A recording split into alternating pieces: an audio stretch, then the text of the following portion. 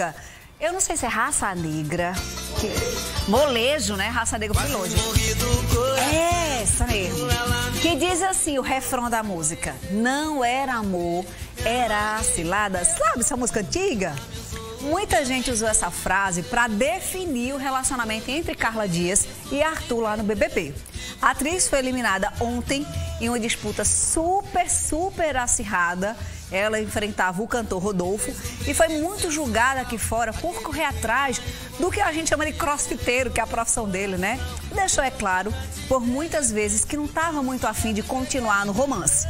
Mas, afinal de contas, por que aquele início do casal de novela, dele se declarar, dar flecha, acabou com um claro desinteresse do moço?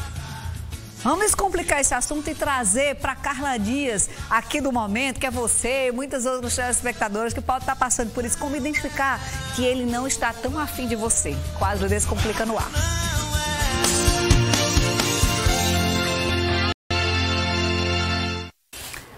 A nossa colunista e psicóloga Janaína Ferreira já está aqui com a gente. Jana, boa tarde. Boa tarde. Primeiro eu quero dizer que eu também leio os seus posts e você fez um maravilhoso sobre ela. Ai, obrigada, Jana. Fala dessa questão das mulheres, de estarem apaixonadas e muitas vezes não conseguir discernir direito o que está acontecendo. A gente já falou várias vezes aqui no programa que a paixão talvez tire a capacidade lógica da pessoa pensar direitinho e de ver determinados comportamentos. E aí você lá no seu post diz assim, quem nunca passou por alguma coisa parecida, semelhante, quando estava aí bem apaixonado. E é verdade, né?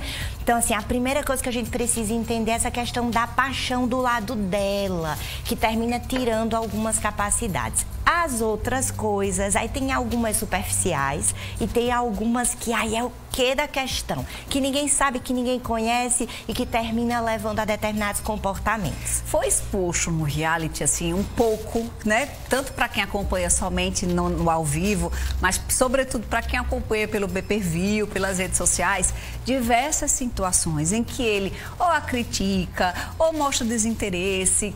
E foi justamente o posicionamento dele que incomodou muita gente aqui fora. O dela incomodava porque é como se ela tivesse com uma venda nos olhos. E eu acho que talvez seja isso o papel da paixão, não é, Jana? A paixão faz com que a gente fique meio cego e não consiga entender a ação do outro. Fica muito focado só no nosso sentimento. É verdade. Ela estava tão apaixonada, tão envolvida naquela situação, que ela até dizia para os amigos assim... Você viu o que ele fez? Você viu o que ele fez? Mas chegava perto dele, bastava qualquer mínimo sinal, porque nem eram sinais gigantescos, né? Era um cuidado que ele tinha, uma hora ou outra na festa que ele olhava, um jeito que ele chegava para ela e dizia alguma coisa, ela caía de novo, né? Caía e acreditava que aquilo ia funcionar. E não funcionava, e não funcionava, e não funcionava. Então, uma das coisas que a gente entende em relação à conquista é porque nós temos esse desejo de desafio. Então, a gente quer conquistar o outro, né? Isso é o superficial, isso é o que tem pra gente ver de forma superficial. Então, tanto o homem quanto a mulher, quando ele entra numa paquera, ele fica ali querendo conquistar, né? Então, procura saber o que é que a pessoa gosta, ver o jeito de falar, o momento certo, a hora certa, pra conseguir ganhar aquele jogo. É um joguinho de paixão. Quando consegue ganhar aquele jogo, aí, Fernandinha, vem para coisas mais íntimas, que a gente chama de química esquemática, que tem algumas coisas por trás disso, que é toda a história de cada pessoa. Tem um psicólogo chamado Bowlby, que ele disse, e ele fez uma pesquisa, que tem 3 tipos de apego. O apego seguro, onde a pessoa, ela se entrega, ela se deixa ser vulnerável, ela não fica preocupada. Será que a pessoa me ama? Será que se eu disser isso, ela vai perder o interesse? Será? Não. Eu tô com essa pessoa e eu vou me entregar, e se ela quiser ficar, fica. Se ela não quiser ficar, também tá tudo bem, e eu vou me virar desse jeito. Tem o apego ansioso, que é aquela pessoa que fica sempre ali, será que vai dar certo? Será que não vai dar certo? Será que vai dar certo? Será que não vai dar certo? Será que vai dar certo? E isso termina gerando uma estratégia comportamental, de cobrança, de ficar muito em cima, de ficar muito perto. De buscar segurança. De buscar segurança. E aí a outra pessoa faz assim, opa, peraí, porque tá demais, tá me sufocando e eu não tô conseguindo aguentar. E tem o apego que a gente chama de dissociativo, que é justamente aquela pessoa que ela é mais indiferente, porque ela tem medo de se machucar de novo, ela tem medo de se magoar novamente. E esses apegos, eles vêm da nossa identidade parental. Como foi que a gente viu os nossos modelos de apego? E aí, ninguém sabe disso, ninguém sabe como foi o modelo de apego do Arthur, como foi o modelo de apego da Carla, porque ela estava ali tão insistente e não via todos os recados que ele dava. Às vezes nem na fala, mas no próprio corpo, na própria atitude, no próprio comportamento. Isso. De passar, de não dar um bom dia, de não ter interesse de ficar junto, isso, de não querer compartilhar, de não jogar junto, que é meio que... Você fica meio assim, como é que tá os dois num jogo e eles não jogam juntos estando juntos? Ela era parceira dele, mas ele não era parceiro dela. Agora, Jana, na fala dele, tem um momento em que ele conversava com o Projota. É claro que a gente tá usando o Arthur e a Carla como exemplos, isso, porque são modelos que a gente tá vendo nessa atual circunstância. Mas pode ter acontecido com você aí de casa, pode estar acontecendo nesse exato momento, você encontrando qualquer sinal positivo, quando na verdade nem é tão positivo assim, você querendo se agarrar tanto que aquilo dê certo. Então você vai pegando o exemplo que a gente traz aqui do Arthur e da Carla e vai trazendo aí pra tua realidade. E num papo com o Projota, ele foi muito sincero, dizer que, olha, tem uma linha que eu não consigo avançar.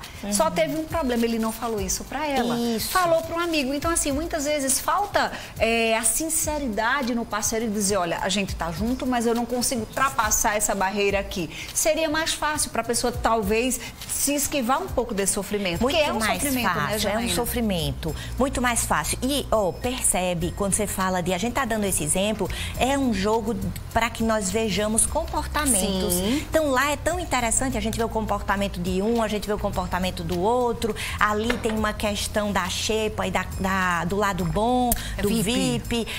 Isso termina... A gente sabe que para muitas pessoas a fome e o sono irrita. Tem uma hora que você vê que eles são acordados com uma música muito estridente. Então, tem situações externas que são propositadamente gatilhos para a gente ver como é que essas pessoas se comportam. E lá a gente percebeu esse comportamento tanto no Fiuk com a Thaís. Ficou ali, acabou, mas não chegou e disse assim, ó, vem cá. Não quero mais, não tenho interesse. E ela ficava ali chorando. E quando ele perguntou, ele ainda foi, porque acho que foi a Carla mesmo que falou de responsabilidade emocional. Ele foi lá e perguntar a ele, ela disse, não, que é isso, eu sou adulta, eu sei o que estou fazendo. E aí ela ficava chorando por trás. Então não há o que a gente chama aqui de assertividade. Do mesmo jeito, foi o Arthur. Ele disse, ou dizia ao melhor amigo, mas não chegava para ela para dizer assim, ó, vamos tentar isso fora do programa, não consigo me entregar aqui. Tem muita coisa envolvida, o dinheiro que Sim. termina gerando aí um desejo, aquilo que a gente estava falando da competição, tá todo mundo ali competindo. A gente não pode esquecer que tem 1,5 milhão em jogo, não é, Jana? Então isso termina gerando aí uma competição acirrada e tudo que acontece, a gente vê aí as emoções aflorando no paredão, né? Então não houve essa conversa, essa tentativa pelo lado dele, porque ela ficava ali insistindo, vamos conversar. Como muitas vezes não acontece aqui fora, né? Muitas vezes também não acontece. A mulher ou o cara não diz pro outro que não tá com intenção de um relacionamento, que não tá com a intenção de botar pra frente e vai ficando por ali. É uma falta de responsabilidade afetiva. Mas a gente sempre fala aqui da sua parte de autorresponsabilidade. Porque é muito bom também jogar no outro. Ah, mas ele não me disse, mas ele mostrou sinais. Você que tava cego pela paixão e não viu. Então veja também a sua autorresponsabilidade. Tem um depoimento, vamos ver? Vamos. Ela disse o seguinte, eu acho que o motivo, tanto o julgamento com a Carla, devido a mulheres já terem passado por isso, e por se verem nela, acabaram descontando a raiva própria nela. A mulher tá falando aí da transferência. A maioria das mulheres já passou por alguma situação e nós temos que ser mais empáticas umas com as outras. Talvez aqui fora ela não tivesse caído numa dessa, afinal, 24 horas com a pessoa não é fácil, eu não tenho o nome dela, mas Jana, pode ter rolado isso? Pode ter rolado isso mesmo. A gente sabe que julgar é mais fácil do que estar na situação do envolvimento emocional. Então, quando a gente vê, nossa emoção é neutra. A gente está ali como mero espectador, mas ela está vivendo toda a emoção. E ela termina não conseguindo ter esse julgamento tão claro. E por que as pessoas julgam? Porque as pessoas estão sem nenhuma emoção e estão vendo como espectadoras. E aí é fácil fazer isso. Resolver a vida, né? Inclusive, hoje ela participou do programa da Ana Maria Braga e quando ela viu as imagens, né, os VTs mais duros do Arthur, falando dela, dizendo algumas coisas, assim, que foram VTs bem selecionados, ela simplesmente não falou nada. Ela passou mais de 30 segundos, pra ter noção aí de caso o que é que demora 30 segundos na televisão. É um comercial de TV, tem 30 segundos. Olha quantas coisas não acontecem em 30 segundos. Você vê tantas ofertas, você conta uma história em 30 segundos.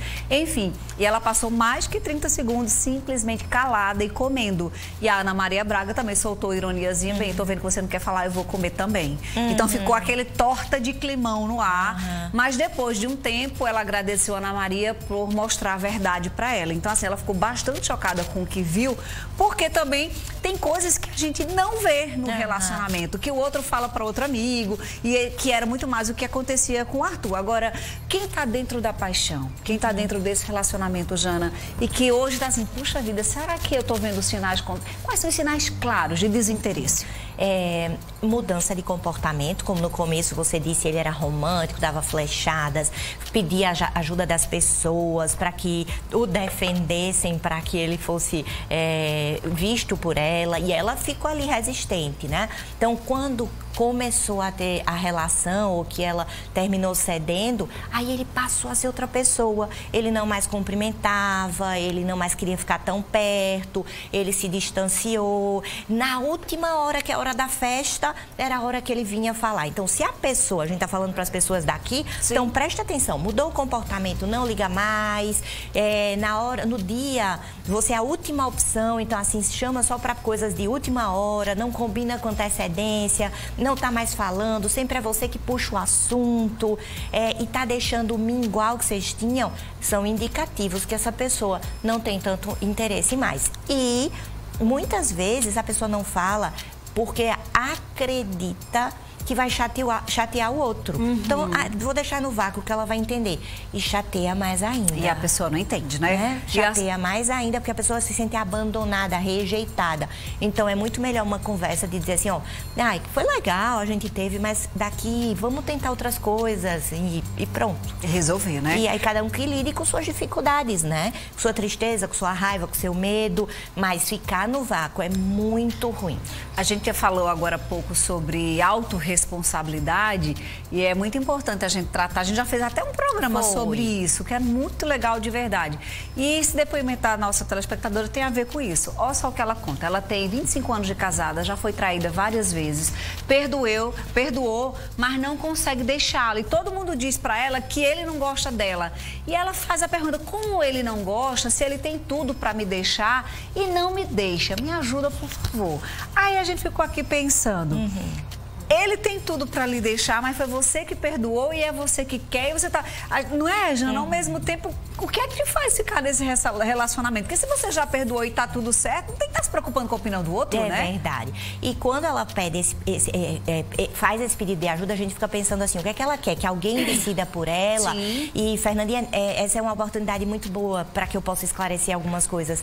Muitas vezes as pessoas vão à terapia para dizer assim, eu caso ou fico solteiro? Sim, querendo a resposta, né? Ou eu fico casada ainda? E quem vai achar essa resposta é você. Por quê? Porque é a sua vida. E quando você delega a sua vida para as outras pessoas, você se exime da culpa, mas também você termina pagando as consequências de uma decisão que você não tomaria. E isso é muito ruim. Então, a primeira coisa que ela precisa fazer é entender por que ela está pedindo ajuda. Se ela está pedindo ajuda, tem alguma coisa que não está boa. E o que é isso que não está bom? E por que ela está parada e não consegue ter um comportamento? Ela não tomou atitude. Não é? E por que também dá tanta importância que o outro está dizendo? Se ela já perdoou, se ele não a deixou, não está repetindo o comportamento e tá bom a relação para ela, tá tudo bem, né? Sim. Só tem que entender se essas respostas são as reais ou se não é algo que ela está fantasiando, né, Jana? É verdade. Ó, Jana ainda não está liberada, não. Ela já sabe que continua conosco, que é a oportunidade de você fazer como essa telespectadora fez. Não está se identificando, a gente preserva aqui a identidade de vocês. Quer mais te ajudar a fazer, entender, né, Jana? O Descomplica chegou com esse nome justamente para descomplicar temas que vocês, meu Deus, o que é que eu faço? Me ajuda. A gente está aqui, né, falando um pouco sobre os assuntos, esperando que clareie aí as ideias. Até já, viu, Jana? Até já. Você já de casa já ouviu falar sobre ventosa